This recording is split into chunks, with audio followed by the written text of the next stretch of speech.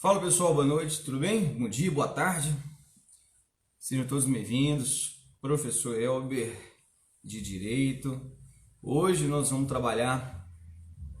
fazer um resumão dos crimes contra a administração pública. Na verdade, não são 4 crimes que eu falei, né? No vídeo um pouco atrás. Na verdade, são 5 crimes que nós iremos trabalhar, que são os de mais importantes aí. Os crimes contra a administração pública, né? Quais são eles, professor? Peculato, concussão, corrupção passiva, prevaricação e condescendência criminosa. Nós iremos trabalhar hoje, de maneira bem resumida, esses 5 crimes. O Wellington, meu amigo, seja bem-vindo.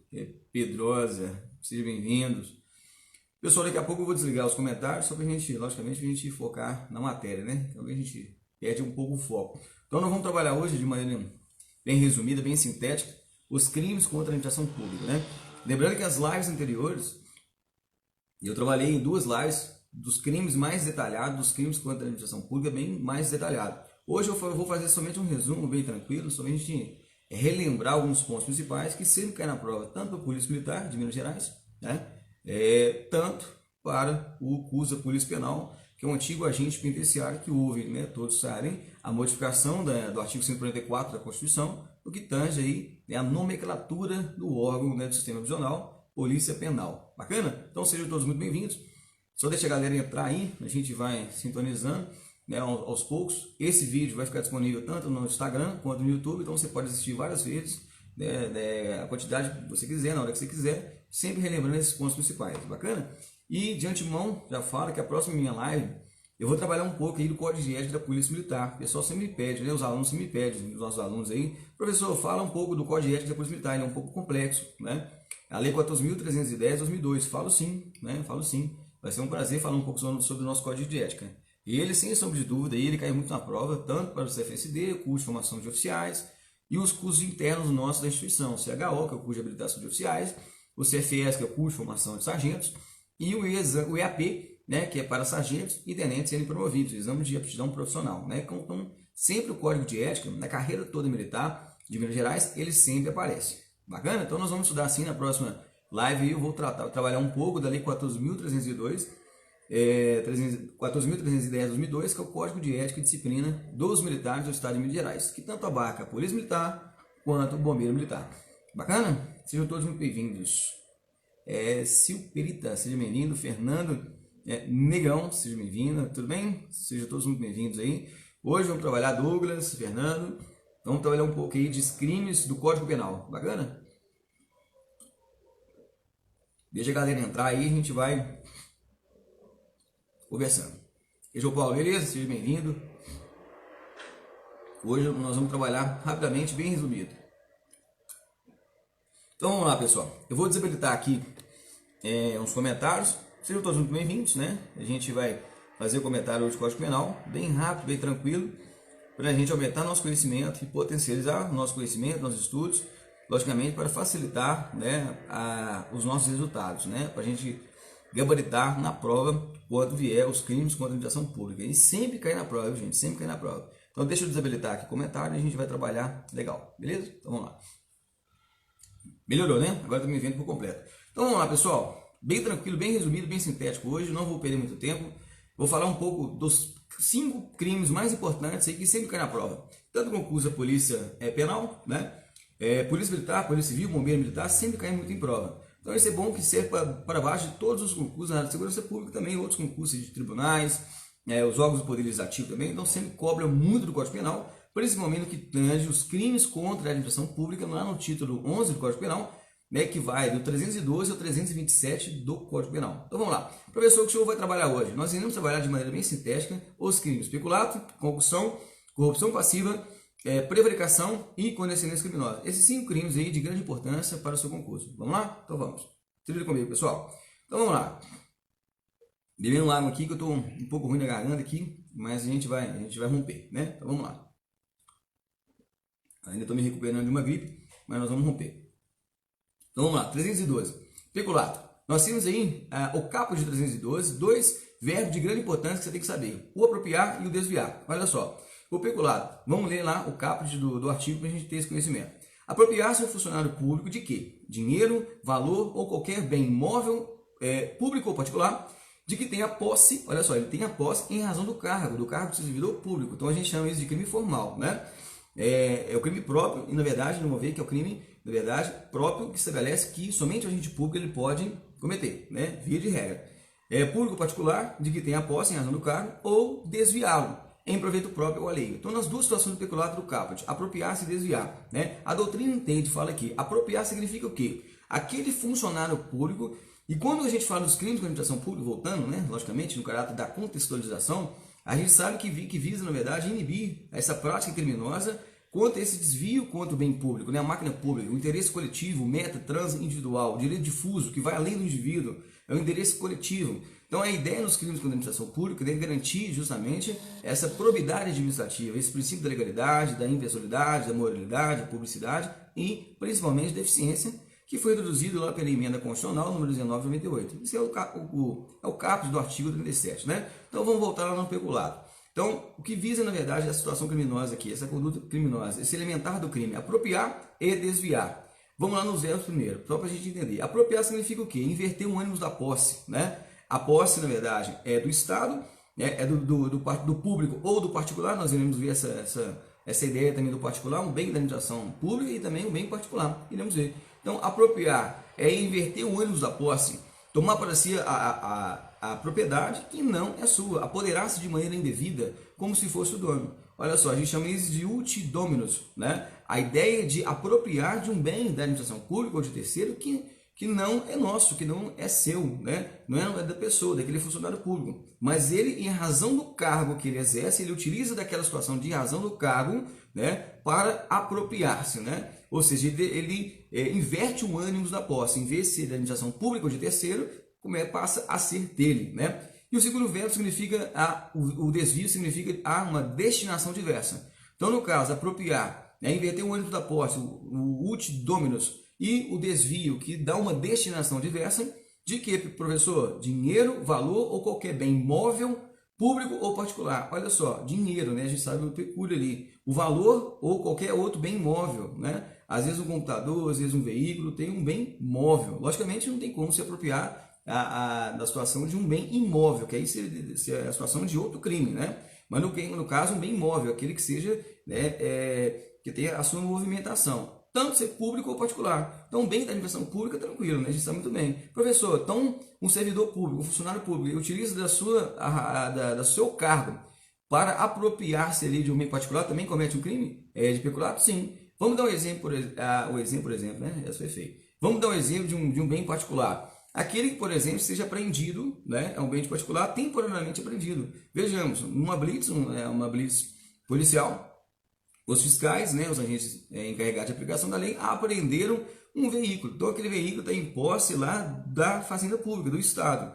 E ele não é um bem do Estado, ele é um bem que foi apreendido temporariamente, lapso temporal delimitado. Então, aquele veículo de particular, ele foi apropriado, por exemplo, por um funcionário público que trabalha lá, né, no sistema de trânsito. Então, comete, sim, um crime também de peculato. Bacana? Então, tanto bem público ou particular. Então, esse é o caput do crime. Bacana? E lembrando que no caso em tela do crime do peculato, o peculato não é um crime próprio, somente pode ser praticado por funcionário público. Professor, tem exceção? Tem. Lembrando que o direito, gente, ele é poroso, ele é aberto, ele é lacunoso. Quando eu falo que ele é poroso, ele é relativizado, é relativo. Existe uma regra e existem exceções. Por exemplo, então, aqui nos crimes contra a administração pública, via de regra, quem comete o crime é o funcionário público. Professor, tem exceção? Tem. A gente sabe que, em caráter excepcional, pela relativização do direito, o particular ele pode cometer o crime contra a administração pública. Nós temos lá a previsibilidade no artigo 30 do Código Penal, que estabelece que, né, vamos lá, não se comunicam as circunstâncias e condições de caráter pessoal, salvo-se quando elementares do crime. Então, se aquele particular ele tem o conhecimento do elementar do crime, né, sabendo da condição de funcionário público, aquele que ele auxilia, por exemplo, né, ele é um coautor, ele é um partícipe daquela ação criminosa. Então, a ele, um particular, de maneira excepcional, há que se ter a também responder pelo crime de peculato. Desde que ele, na verdade, ele colabore para a situação criminosa e tenha conhecimento que aquela pessoa que ele apoia é um funcionário público. Bacana? Então, o particular ele pode cometer de caráter excepcional. A regra é que ele não comete. A regra é um crime próprio, somente um funcionário público comete o crime contra a administração pública. Mas lembrando, de caráter excepcional, um particular também, né, em concurso de crimes, pelo artigo 30, lá no seu elementar, quando constituir o elementar do crime, ele tiver conhecimento daquela pessoa ser funcionário público, também ele comete, né, o crime de peculato. Bacana? Deixa eu ver alguma coisa importante aí, legal? Vamos lá. Então, esse aí nós já discutimos várias vezes, né, nas lives anteriores.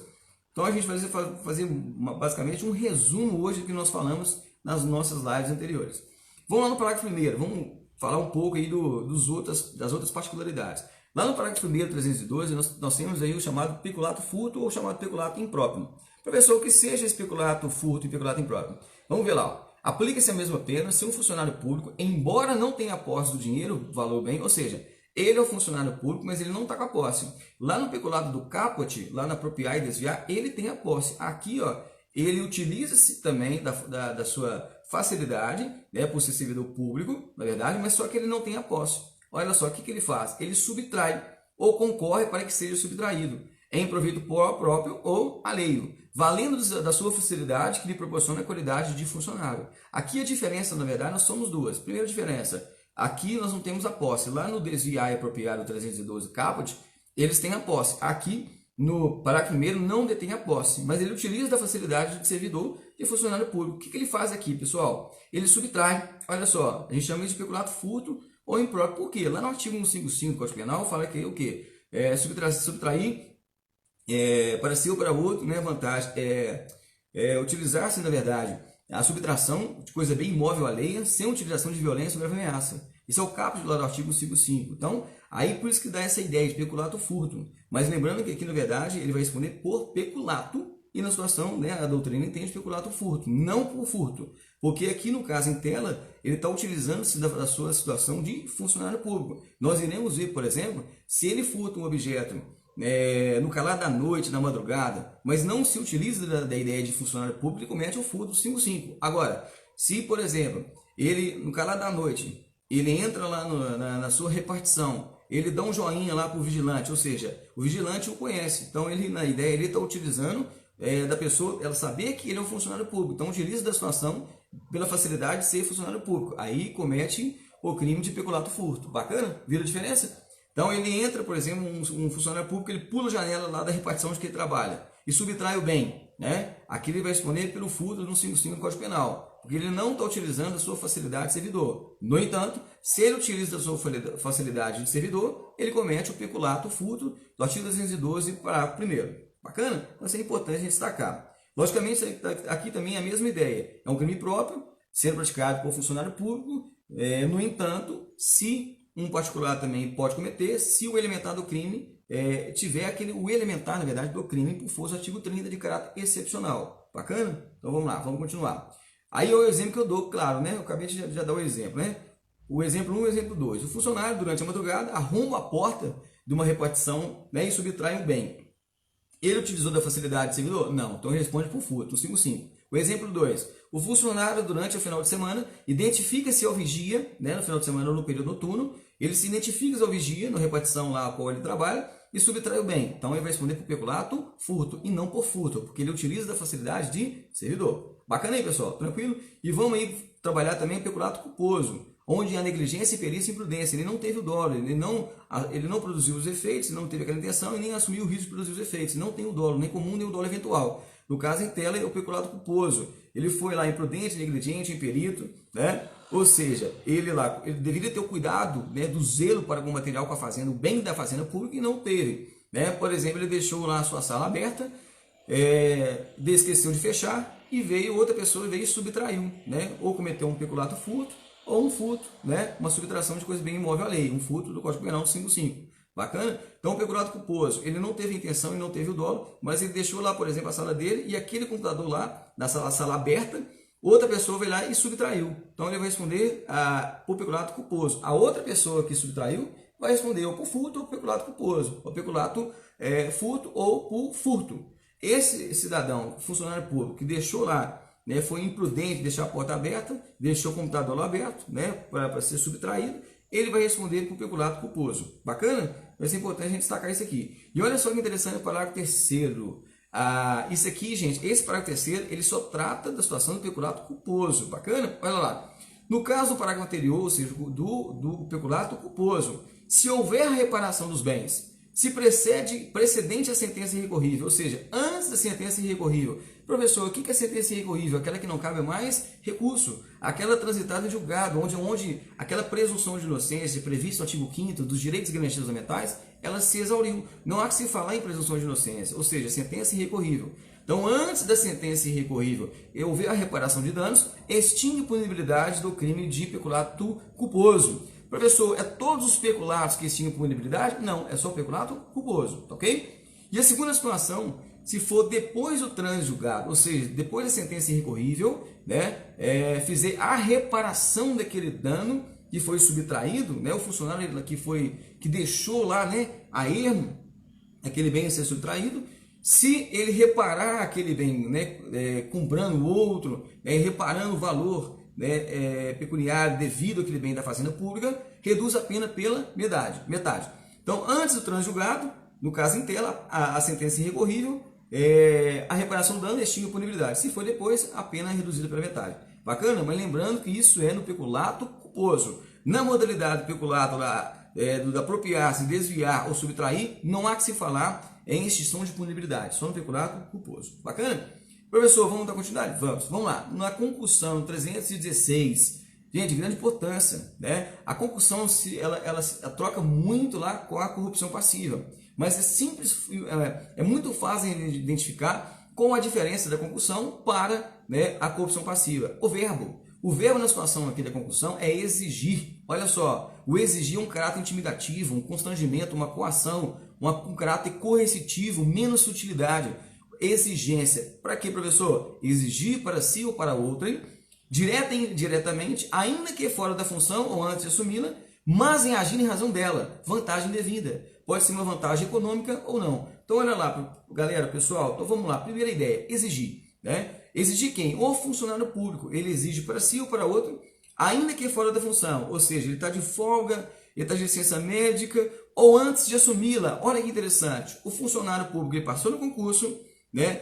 Ele passou nas provas, todas as fases, e antes de tomar a posse, né, ele foi empossado, na verdade, e antes de entrar em exercício, ele foi lá, na verdade, e realizou o ato de exigir, ou seja, ele estava valendo da sua condição de funcionário antes mesmo de assumi-la. Ele passou no concurso, mas ele tomou posse, né, da situação e não entrou em exercício. Tem situações que a posse é de maneira conjunta com o exercício, né? Então ele passou no concurso, mas ainda, por exemplo, ele não entrou em exercício. Ele, antes de assumir a sua condição de funcionário público, ele exige vantagem devida, né, agindo em razão dela. Olha que interessante, né? Então, por exemplo, vai um funcionário lá ele é um funcionário que trata de uma vigilância sanitária municipal, por exemplo, e vai lá no estabelecimento comercial e fala assim, ó, você tem que me dar 10 mil reais hoje, né?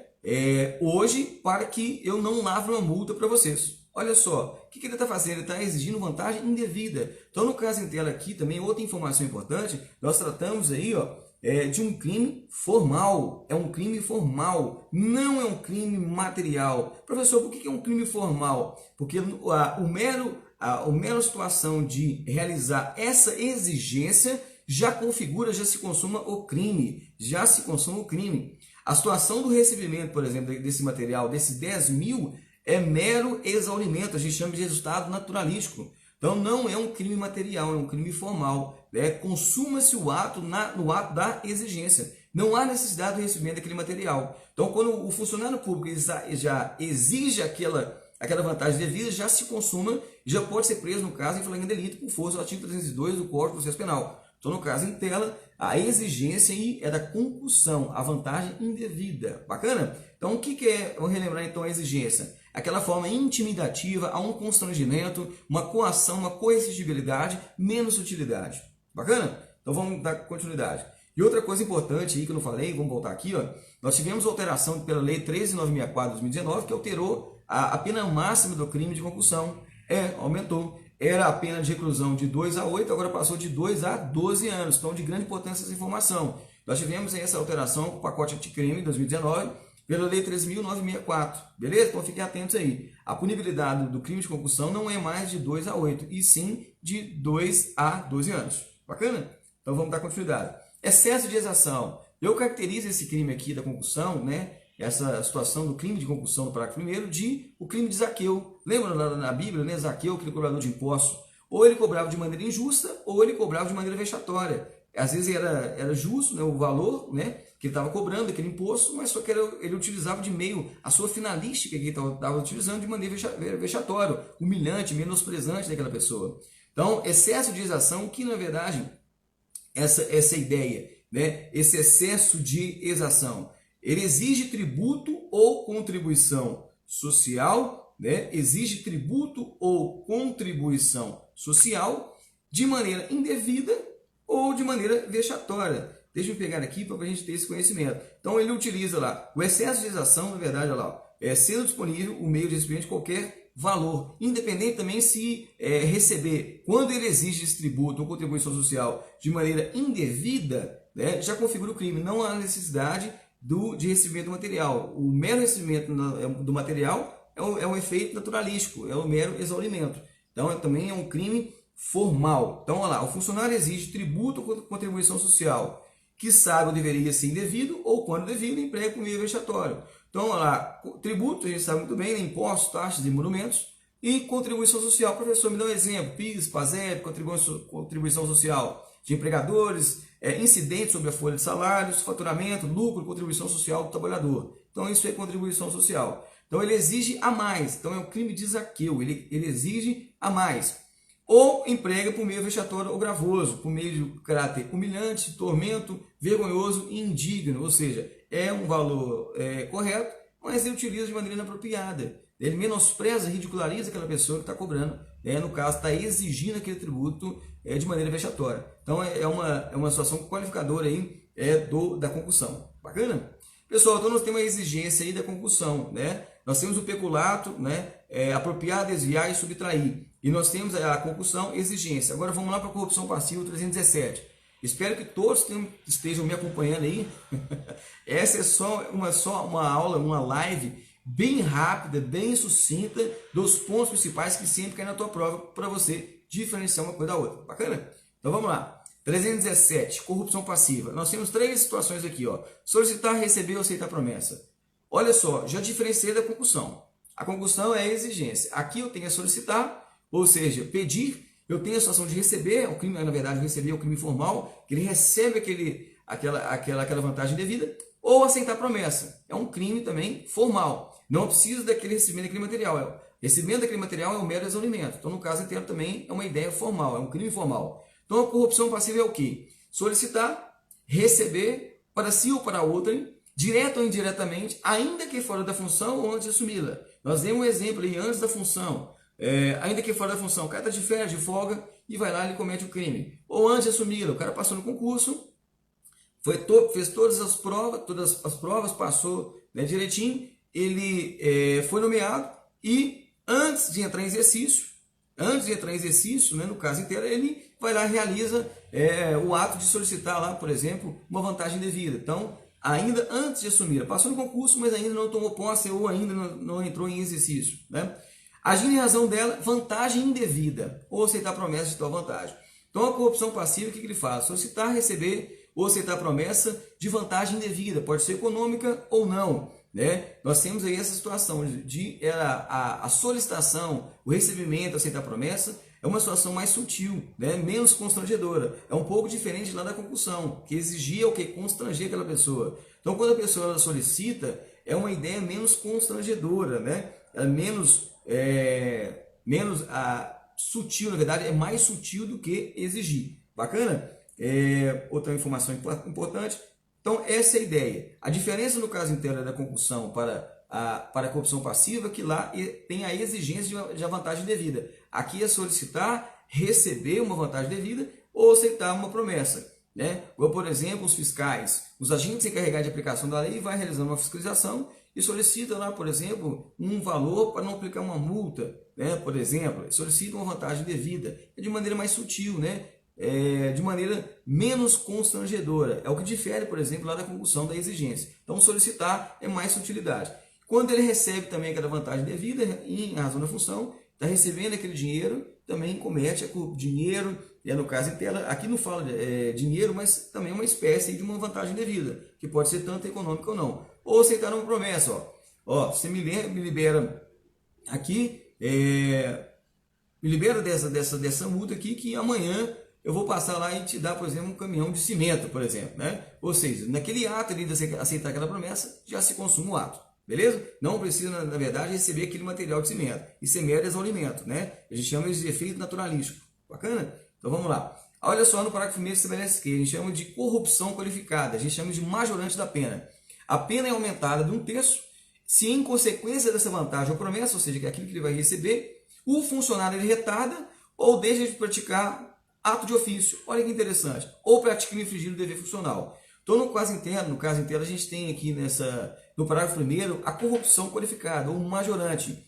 Ele tem um aumento de pena de 1/3 em consequência daquela vantagem ou promessa que ele vai receber, ou ele recebeu, ele retarda. Né? O professor, o que é retardar? Na verdade, ele faz de maneira mais lenta, ou deixa de praticar o ato de ofício, ou seja, ele não realiza aquilo que lhe cabe o seu estrito cumprimento do seu dever. Né? Igual no caso em tela, ele está realizando uma blitz, por exemplo, um agente carregado de aplicação da lei, e ele exige aquela vantagem devida, e o que acontece? O cidadão vai lá, né, naquela situação de solicitação, e o funcionário, ele deixa aquele cidadão embora, ou seja, ele deixa de praticar o ato de ofício. Então, há um aumento de pena. Diante dessa solicitação, dessa vantagem devida, o ato ali em consequência dessa vantagem, ele retarda, ou seja, ele realiza aquele ato, por exemplo, de maneira mais lenta, ou ele deixa de praticar um ato de ofício que lhe cabe fazer por ser um funcionário público que é emanado de autoridade pública. Então, ele deixa de fazer ou retarda aquele ato que lhe cabe, né? Em consequência de vantagem devida, tem essa situação de majorante da pena. Bacana? Isso é importante a gente destacar isso aí. Deixa-me ver lá, vamos dar continuidade. Lá no parágrafo 2º estabelece o quê? Olha só, gente, isso é importante demais, essa corrupção passiva, a do parágrafo 1º, qualificada, e dessa do parágrafo 2º, privilegiada. Por que privilegiada? Que a doutrina estabelece que se o funcionário deixa de praticar ou retarda ato de ofício com infração do seu dever funcional, né, que lhe cabe, né, a legalidade, a probidade administrativa, ele cede a pedido de outro. Olha que interessante aqui. Aqui não tem vantagem devida. Aqui não tem recebimento, não tem promessa, não tem solicitação de vantagem devida. Aqui nessa corrupção passiva privilegiada, do artigo 317, parágrafo 2º, ele cede a pedido de outro. Aqui, na verdade, a gente tem um famoso quebra-galho. Aqui é o famoso quebra-galho. A corrupção passiva privilegiada é o famoso quebra-galho. Aqui não tem recebimento de vantagem devida. Olha só que diferença nós temos aí no parágrafo 1º e no caput do artigo 317. Lá no caput do 317, a corrupção passiva, nós temos aí a vantagem devida. E a corrupção passiva qualificada também tem vantagem devida. Aqui não, aqui cede o pedido ou influência de outro. Por exemplo, ele libera, por exemplo, o cidadão, um funcionário numa blitz, né, a pedido do outro. O cara lá pede, né, pô, tem como me liberar, né, sou um cara trabalhador, né, eu não preciso aplica essa multa para mim no meu estabelecimento comercial não, né, um funcionário da vigilância sanitária, não aplica não, sou um cara de gente boa, sou um cara bacana. Ou seja, ele cede a pedido do outro, o famoso quebra-galho. Aqui não tem vantagem devida. Aqui no caso, então, é a corrupção passiva privilegiada. Gente, isso cai muito em prova. A corrupção passiva do caput, do 317, a corrupção do 317, parágrafo 1º, a corrupção passiva qualificada e a corrupção passiva privilegiada do 317, parágrafo 2º. Gente, isso cai muito na prova. O que eles fazem na hora da prova? Eles invertem esses conceitos. Bacana? E nós vamos ver agora a situação da prevaricação. Olha só, isso cai muito em prova. Eles confundem a prevaricação da corrupção passiva privilegiada. A prevaricação, ele retarda, deixa de praticar ato de ofício, né? Mas não por cedendo a pedido de influência de outro, mas sim por satisfazer interesse ou sentimento pessoal. Eu caracterizo, né, a doutrina do Elber Chaves, fala que é o crime do coração. Aqui no caso em tela, é o famoso crime do coração. Deixa eu pegar aqui para a gente poder discutir isso aqui. Ó.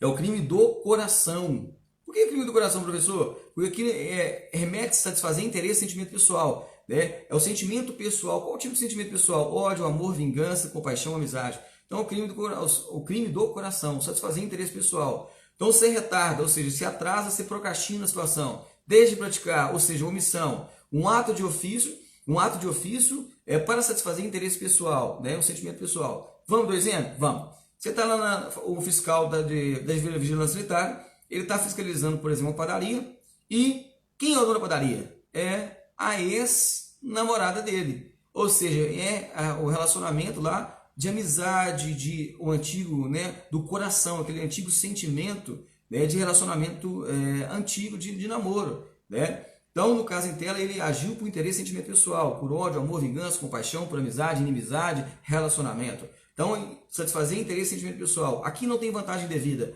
A vantagem devida é na corrupção passiva. Então, a prevaricação, retardar, deixar de praticar de ofício.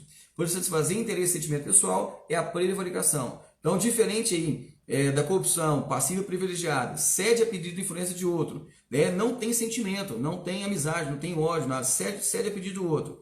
Então, no caso, é a corrupção passiva privilegiada. E no caso em tela, retarda, deixa de praticar de ofício, por inconsequência da vantagem devida, a corrupção passiva qualificada do 317, parágrafo 1º. Bacana? Vamos dar continuidade aí. Então, retardar, deixar de praticar de ofício, por interesse e sentimento pessoal, prevaricação. Retardar, deixar de praticar de ofício, cedendo a pedido ou influência de outro, corrupção passiva privilegiada. Retardando, deixando de praticar de ofício, em consequência de vantagem ou promessa, corrupção passiva qualificada. Gente, nós temos que saber essas três situações. Agora vem mais uma para confundir vocês aí e, logicamente, com várias, assistir várias vezes essa aula, estudar os livros, ver os nossos resumos do WM Concurso, com certeza vai te ajudar. E o último crime para a gente destacar é a condescendência criminosa. Professor, o que seja a condescendência criminosa, o 320 lá do Código Penal. Vamos lá. Deixar o funcionário por indulgência, né? Olha só, olha aí a celeuma, olha a hermenêutica, a interpretação que nós temos que fazer. É indulgência. Vamos continuar. De responsabilizar o seu subordinado, ou seja, dentro da precedência hierárquica, igual, por exemplo, nós temos a Polícia Militar, que vai de soldado ao coronel, né? Nós temos uma precedência hierárquica, então deixar de responsabilizar o subordinado, vamos lá, que cometeu uma infração no exercício do cargo, ou quando lhe falte competência, não levar o fato ao conhecimento da autoridade competente. Olha só, então por indulgência, ele deixa de responsabilizar o subordinado, aquele que detém a precedência hierárquica em relação àquele servidor. Por infração de exercício funcional. Então, aquele funcionário, aquele subordinado, ele cometeu um ato de infração e aquele que tem precedência hierárquica deixou de tomar as providências. Olha lá, ele não tomou providência e não levou o conhecimento da autoridade competente. Se não é a autoridade responsável de tomar providência, ele também não levou o conhecimento da autoridade competente. Bacana? Professor, que seja, na verdade, a indulgência. A indulgência tem a hermenêutica, a gente tem a doutrina, entende que é a clemência, a bondade, a misericórdia. O ato de indulgência é o ato de bondade e misericórdia. Então, deixou de responsabilizar lá, né, o seu subordinado por clemência. Né? Ele foi clemente naquela situação, ele foi bondoso. Olha que interessante. Cuidado para não confundir com a prevaricação. Né? Lá o cara deixa de praticar de ofício por interesse e sentimento pessoal. O interesse e sentimento pessoal nós vimos, que é uma situação de ódio, amor, vingança, compaixão, amizade. Na indulgência, ele deixa de responsabilizar o subordinado por indulgência. A indulgência não é amizade, vingança, compaixão, amizade. Né? Amor, ódio. Né? É a situação de clemência, bondade e misericórdia. Então, essa são os pontos divergentes que a doutrina traz, né? Os doutrinadores penalistas, o que tange essa diferença da prevaricação, que é o sentimento pessoal, da indulgência e da condescendência criminosa do 320 do Código Penal. Pessoal, nós finalizamos então, né, esses pontos. Né? Vamos só relembrar então o que de cada um. Vamos fazer então assim, de maneira menos de 30 segundos aí, os pontos importantes que nós vimos hoje. Bacana? Então vamos lá. Nós temos aí a situação do peculato. Né? O peculato, a gente tem que saber o peculato apropriar, desviar, né, e subtrair. Né? Nós temos o peculato do CAP 312, o apropriar e desviar, e do parágrafo 1º, a subtração de coisa concorrer ou que seja subtraído. Lembrando que utiliza da função de funcionário, o peculato subtração, né? Furto ou impróprio. Ele utiliza da condição de funcionário. Caso ele não utilize da condição de funcionário, ele responde por furto no 55 do Código Penal. Bacana? Então, a gente só relembrando. O peculato culposo, no caso dela, aquele que comete o peculato culposo, se ele fizer reparação do dano antes da sentença recorrível, extingue a punibilidade, né? Ou seja, antes da sentença recorrível, extingue a punibilidade. Se for depois da sentença recorrível, reduz a pena pela metade. Concussão, exigir, né? É uma forma intimidativa, constrangedora, coercitiva e com ação, né, menos sutilidade, né? O funcionário ele exige, por exemplo, de um cidadão. É uma vantagem indevida. Diferente lá da corrupção passiva, que lá Na concussão, a exigência, aqui é solicitar, receber e aceitar a promessa. A solicitação é uma situação mais sutil, menos constrangedora. Bacana? E lembrando do crime de excesso de exação, a exigência de tributo ou contribuição social, né? A gente chama isso, só para relembrar, é um macete, é o crime de Zaqueu, né? Zaqueu cobrava imposto de maneira ilegal, de maneira improba, ou seja, faltava com probidade administrativa. Então, o crime de Zaqueu, excesso de exação, excesso de cobrança, né? Ou seja, que aquilo que não era devido ou utiliza de meio vexatório. Outro ponto importante é a prevaricação, que é retardar, deixar de praticar de ofício por satisfazer interesse pessoal. Temos que saber essa diferença. Então, prevaricação, ele retarda, deixa de praticar de ofício por satisfazer interesse e sentimento pessoal, crime do coração. Agora, se ele retardar, deixar de praticar de ofício, cedendo a pedido de outro, corrupção passiva privilegiada. Se ele retarda, deixa de praticar de ofício em consequência de vantagem devida, corrupção passiva qualificada. E quando a excelência criminosa, deixa de responsabilizar seu subordinado por indulgência. Lembrando que indulgência é o quê? Clemência, bondade ou misericórdia. Pessoal, estou respirando aqui, né? Então esses 5 crimes, gente, sempre caem na prova. Você que está estudando a Polícia Penal, você que está estudando a Polícia Militar, Polícia Civil, Bombeiro Militar, todos esses concursos na área de segurança, cai sempre o Código Penal, principalmente também os outros órgãos, os outros concursos aí também, concursos de tribunais, dentro do Poder Legislativo, sempre cobrem os crimes contra a administração pública. Então sempre cai peculato, a concussão, a corrupção passiva, a prevaricação e a condescendência criminosa. Esses 5 crimes são de grande relevância para vocês. Pessoal, né, professor Elber, eu espero que vocês tenham aprendido comigo aqui, né? Foi um prazer estar aqui com vocês e a gente se encontra na próxima live. Um grande abraço, fiquem com Deus.